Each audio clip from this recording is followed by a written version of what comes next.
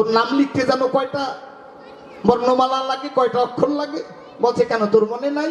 আমার নাম লিখতে লাগে 3টে অক্ষর, গয়কার, পয়াকার, আল্লাহ, গোপাল। এ মনে নাই তো? বলছে মাস্টার মশাই তো 3 অক্ষরে শিখাইছে। ও আবার মাস্টারের চেয়ে একটু বেশি বোঝে, মানে চালাক বেশি। ও বলছে আমি তোর নাম 2 অক্ষরে লিখে দিতে পারি, 3 অক্ষর লাগাবো না। একটু চালাক বেশি না? এই আজকে আমার দাদা ভাই যেমন,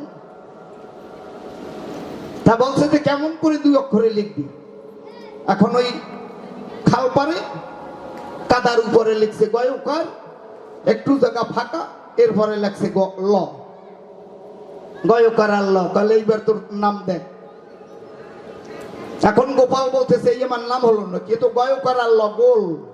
হ্যাঁ পাগল, এটার নাম হলো নাকি? তাহলে আর একটু অপেক্ষা কর, এই গয়কারে গো, মাঝখানে এই পা ঢুকছে।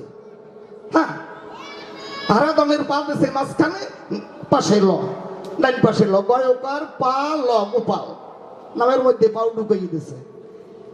আজকে দাদার মতো কায়দা, নামের মধ্যে কোনটা কি ঢুকাই ঠিক পায় না। এইবারে গোপাল চিন্তা করে যে আমার নামের মধ্যে তুই পাও ঢুকাইয়ে দিস, তা তোর নামের মধ্যে একটা কিছু না ঢুকাইয়ে আমি যাব না, একটা আরই বাদে না। এই তোর নাম লিখতে লাগে কয় অক্ষর, মানে খুব উচ্চাটন রাগ হইছে যে আমার নামের মধ্যে একটা পাও ঢুকিয়ে গেছে। এই তোর নাম লিখতে লাগে কয় অক্ষর? বলছে যে হয়াকার, রয়াকার, বড় ধন, নহরা ধন। বলছে তো তুই আমার একটা অক্ষর বাদ দিছিস, তোর নামের 4 অক্ষরের 3টা বাদ দিয়ে দেব, একটা অক্ষরে তোর নাম লিখবো। তে মাতুব্বার, আরো বড় মাতুব্বার। বলছে কেমন করে? ওই একটু কাদা মাটি ধরে ছোট বাচ্চা ছেলে বুকের উপরে লিখেছে রয়াকারেরা, এই বুকের উপরে রয়াকাররা। তাহলে এইবার আমার দীক্ষা, এই দেখ তোর নাম। বলছে ওইটা আমার নাম হইল না, কেউ তো রয়াকার। বলে আর একটু উপরের দিকে চা, এই আমার হা হা করছে, আর ওই বুকের উপরে রা। বাচ্চা ছেলে গামছাটা খুলে ডেকে ডেকে বলছে যে এইবার নিচের দিকে চা। হ্যাঁ বাবা, আমি কেমন লাগে হারাধন বাবু। আমি বলি আপনাদের ভাই, এই জন্য তুমি এই বাজে কথা আসরে বলো না ভাই, দাদা ভাই। আমার চরণের দোহাই, কোন জায়গার আঙ্গুল কোন জায়গায় ঢুকাও ঠিক পাও না তাই। তাহলে এর আগে ওই জায়গায় ছিল, এইবার কেবল চায়ের কাপের মধ্যে আসলো। দাদা ভাই ঠিক পায় না যে কোন জায়গার জল কোন জায়গায় দেয়।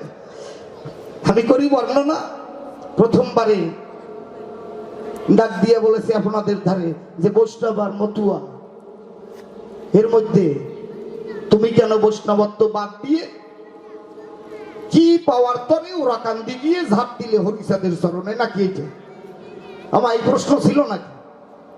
তা বৈষ্ণবত্ব বাদ দিয়েছে লেখা আছে কোন জায়গায় যে তারক গোসাই বৈষ্ণবত্ব দিয়ে বাদ করতে কোন রসাস্বাদ গিয়ে হরি নামে ঝাঁপ দেয়? বৈষ্ণবত্ব বাদ দেওয়ার কোনো কায়দা আছে নাকি? তাহলে হরিচাঁদ ঠাকুর দেখাতো না যে আমি বৈষ্ণবের ভিতর দিয়ে প্রকাশ? হরিচাঁদ ঠাকুরের পিতা যিনি রামকান্ত মহাবৈরাগী, মহাবৈষ্ণব, রামকান্তের পরে যশোমন্ত বৈরাগীর ঘরে যশোমন্ত বৈরাগী। এই যশোমন্ত বৈরাগী এমন বৈষ্ণব ছিল, প্রতিনিয়ত অন্তত একজন বৈষ্ণবকে সেবা না দিয়ে তিনি অন্ন জল গ্রহণ করত না। আমি করি বর্ণনা, এরা ছিল মহাশুদ্ধচারী বৈষ্ণব। এই বৈষ্ণবের মধ্য দিয়া রামকান্ত বৈরাগী যে জন্মায়, তার আশীর্বাদে নির্বিবাদে রামকান্তের যেই বর, তার চাওয়া পাওয়া, ওইখান থেকে আমি বলি সবার বাকে যশোমন্ত বৈরাগীর গৃহ থেকে আবির্ভূত হয়েছিল হরিচাঁদ ঠাকুর জগতের গায়ে। কোনো ভগবান রজবীর্যে আসে না, কেউ আসে না। যারা যারা এসেছে জগতের গায়ে, মহাপ্রভু এসেছিল কোন কায়দায়? রজবীর্যে। জগন্নাথ মিশ্র আর সচী মাতা, এ দুজনার দৈহিক মিলনে এসেছিল নাকি? কখনো না। এরা আসে সাধনায়, এরা আসে জগতের কল্যাণের দায়। এমন একটা সুন্দর জায়গা থেকে আবির্ভূত হতে হয় যে জায়গাটা পরিশুদ্ধ, যার মধ্যে কোনো কলঙ্ক নেই, নিষ্কলঙ্ক, নিষ্কলুষ। প্রত্যেকবার ভগবান যেখান থেকে উদ্ধৃত হয়েছে ওই একইভাবে একই পিঠে একই মাতাকে অবলম্বন করে আমি বলি সবার ভিতরে ওখান থেকে জাগ্রত হয়, তার সম্মানটা আরো যাতে বর্ধিত হয়। কোন ভগবান রজবীর্যে আসে না, হরিচাঁদ ঠাকুরও আসে নাই। অদ্বৈত গোসাই যিনি শান্তিপুরে বসে দেখলেন, তিনি অদ্বৈত দেখলো যে কলির জীবের জন্য যে নাম চলতেছে, যারা আসরে নাম করে, নামের মধ্যে কোনো প্রেম নেই, কোনো ভক্তি নেই, শুধু নাম হচ্ছে। এইবারে অদ্বৈত গঙ্গার তীরে গিয়ে দুহাত বাড়িয়ে বলেছে মহাপ্রভুর ঠাই, যে প্রভু তুমি যদি জগতে না আসো, নামের মধ্যে যদি প্রেম ভক্তি না হয়, কলির জীবের মুক্ত করা সম্ভব নয়, তাই তুমি এসে দেখা দাও। এভাবে দুহাত তুলে যখন তাকে ডেকে আহ্বান করে ভোরবেলা ব্রহ্ম মুহূর্তে গঙ্গায় তুলসী পত্র ছেড়ে দেয়। আমি করি বর্ণনা, ওই যে শান্তি সচিমাতা যেজনা, জগন্নাথ মিশ্রের স্ত্রী যে জন রয়, উনিও ভোরবেলা স্নান করতে গঙ্গায় যায়। ওই তুলসী পত্র শান্তিপুর হতে উজন ধেয়ে চলে যায়, ভাটিতে নয় উজনে ধায়। ওখানে গিয়ে স্নান করবার পরে যখন নামে জলের ভিতরে, তাকে 7 বার বেষ্টন করে তুলসী পত্র গিয়া এই নাভিমূলে ব্রহ্মদ্বার গিয়ে স্পর্শ হয়। ওই তো মহাপ্রভুর আবির্ভাব। জগৎকে দেখাবার পরে মনে হয় যেন গর্ভ ধরেছে বিচারে, মূলত ওই গর্ভে কিছু থাকে না। মহাপ্রভু 10 মাস 10 দিন না, 13 মাস 13 দিনে এসেছে জগতের গায়ে। কেননা তিনি সাধারণের মতো না, ত্রিতাপ জ্বালার ঊর্ধ্বে গিয়া, ত্রিতাপ জ্বালাকে কর্তন করিয়া সাধারণ মানুষ 10 মাসে আসে। ভগবান তো আর সেরকম না, 3টা জ্বালাকে কর্তন করে আধ্যাত্মিক, আদি দৈবিক, আদি ভৌতিক, এই 3টি জ্বালা প্রত্যেক জীবের উপরে বর্তমান রয়। এই 3 জ্বালার উপরে গিয়ে ভগবান আসে জগতের গায়ে। তাই তিনি 13 মাসকে অতিক্রম করে 14 মাসে এসেছে এই জগতের গায়ে। হরিচাঁদ ঠাকুরও তো দ্রুপ রয়। আমি করি বর্ণনা, দাদা যদি তুমি ওই দিকে যাও, বৈষ্ণব আর মতুয়ার যদি ভেজাল দেখাও, তাহলে বৈষ্ণবরা প্রথম ধরা পড়েছে এই জগতের গায়ে। তারা পড়েছে প্রথম ধরা দিয়ে বলি কাব্যের ধারা, যেখানে রামকান্ত বৈরাগীর বরে যশোমন্তের ঘরে হরি এসেছে চরাচরে। এই রামকান্ত বৈরাগীকে একজন শুদ্ধ বৈষ্ণব, উনি কিসের পূজা করতো বাবু? রামকান্ত বাসুদেবের পূজা। বাসুদেব মানে আমার ভগবান কৃষ্ণ। এই কৃষ্ণ পূজা করবার পরে বাসুদেবের ভোগ রাগ নৈবেদ্য আদি দিয়ে সেবা শুশ্রূষা করে চরাচরে। এইটা তৎকালীন ব্রাহ্মণ যারা এটা দেখে অত্যন্ত ক্রোধান্বিত হলো। তারা নিচুকুলের মানুষ হয়ে ভগবানকে নিয়ে এই যে তোমরা অন্ন ভোগ দাও, সেবা শান্তি করাও, এটা তোমাদের দ্বারা সম্ভব না। বাসুদেবকে কেড়ে নেয়, দেই সত্য পরিচয়। তখনকার পান্ডা যারা,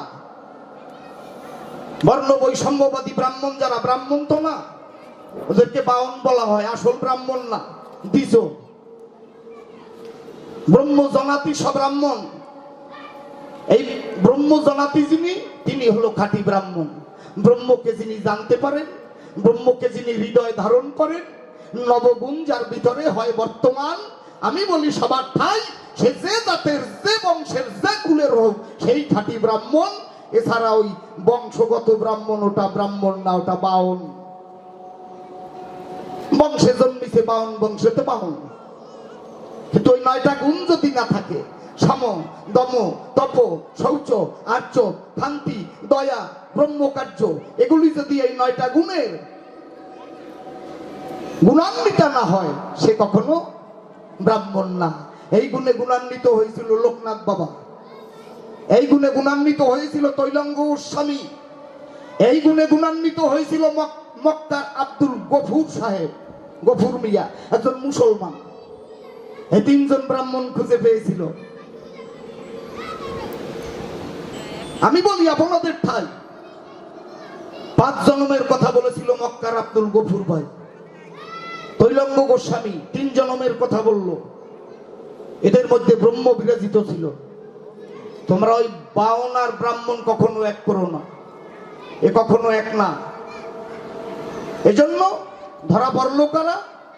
প্রথম বৈষ্ণব যারা, এই পান্ডাদের হাতে ডান্ডা খাওয়া বর্ণ বৈষম্যবাদী যারা, উঁচু নিচু ভেদক জ্ঞান ছিল তখন, ওইখানে রামকান্ত বৈরাগী ধরা পড়ে গেল, তার বাসুদেবকে কেড়ে নিয়ে গেল। এটা তোদের দ্বারা সম্ভব না। তা বাসুদেব যখন নিয়ে যায়, যার ইষ্টের পূজা করার দায় আমরা জগতে এসেছি, আমার ভগবানকে যদি সেবা শান্তি না করাতে পারি, তার মন্দিরে যদি পূজা না দিতে পারি, এই মানব দেহ ধরি কি দরকার জগতের গায়ে? রামকান্ত বৈরাগী যিনি, চোখের জলে ভাসলেন তিনি। এবারে ডেকে ডেকে বললেন, হে গোবিন্দ, হে রসময়, আর আমি এই জগতের গায়ে বেঁচে থাকতে চাই না। আমি অনসঙ্গত করলাম, আমি আর অন্য জল গ্রহণ করব না। আমার মনে আছে, ভাবো, এই অন্য জল বর্জন করে আমি এই মন্দিরে হত্যা দিয়ে থেকে যতদিন পর্যন্ত পারবো এখানেই থেকে থেকে আমি মারা যাব। এই অনসঙ্গত শুরু করলো। নয়ন জলে ডাকলে